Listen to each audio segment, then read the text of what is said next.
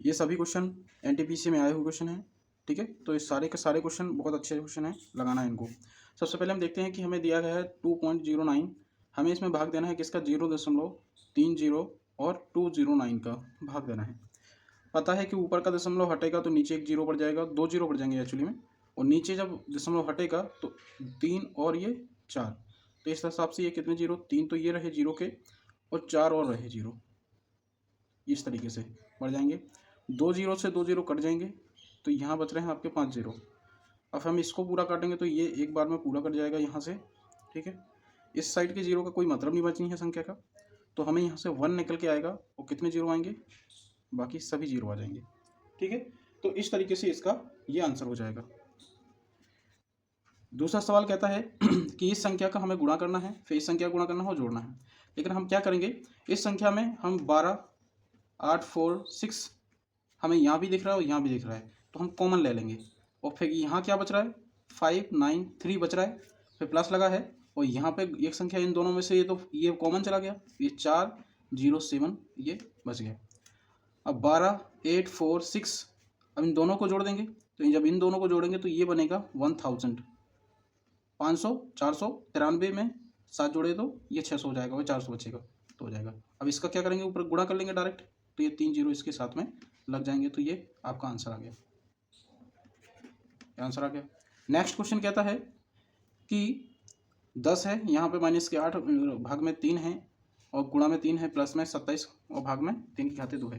तो इस तरीके से सवाल करने के लिए हमें पता है कि बोर्ड मास को फॉलो करते हैं। तो सबसे पहले हम 18 में 3 का भाग देंगे, तो 30 है 18 गुणा में 3 प्लस में 27, यहाँ पे 3 तरह का 9 होता है, ये पूरा स्क्वायर कट जाएगा, 3 तरह का 9 हो गया, 9 तिया 27, 3 बचेगा, क्योंकि इस स्क्वायर का मतलब क्या है कि 3 गुणे 3 2 बार लिखा है ना, तो 3 तरह का 9 हो गया और 9 का पूरा भाग चाहिए इसमें, 9 तिया 27। अब 10 माइनस के 6 ये गुणा हो जाएगा तो ये 18 हो जाएगा 3।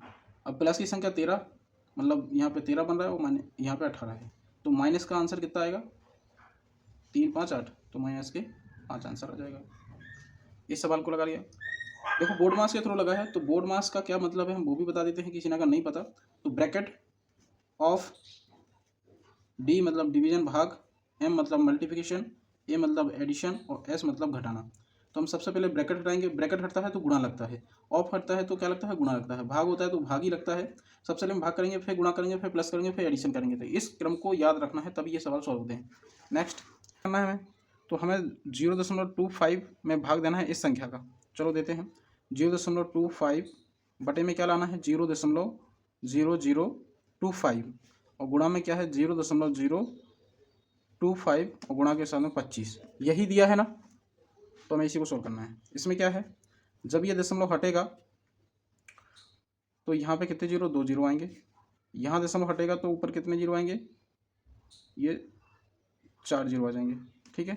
2 जीरो से 2 जीरो कट गए, 25 से 25 कट गया, तो यहाँ पे 100 बचा, और यहाँ पूरा गुणा करोगे तो ये क्या बनेगा, 25 का 25 में 625 और ये दशमलव 3 अंक बाद, तो यहाँ 3 अंक बाद दशमलव हो गया।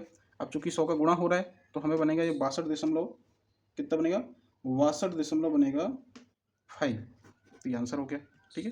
तो इस तरीके के सवाल लगाने के लिए हमेशा आप वीडियो को देख सकते हो, या कोई सवाल में अगर समझ में नहीं आया तो आप कमेंट कर सकते हो, हम उसका आंसर दे देंगे। पिछले वीडियो में एक बच्चे ने बोला था कि उसका तीसरा सवाल, तो वो तीसरा सवाल हम बहुत जल्दी आपको क्लास में भी बता देंगे। जैसे कि उसने कमेंट किया था कि हमें क्लास में समझाना है, तो हम उसकी जो ऑफलाइन क्लास रहेगी, जब अपनी क्लास लगेगी तो उसमें समझा देंगे। लेकिन उस सवाल के अंदर ज़्यादा कुछ था ही नहीं, तो चाहो तो हम अगली वीडियो में उसको और डिस्कस कर देंगे, ठीक है।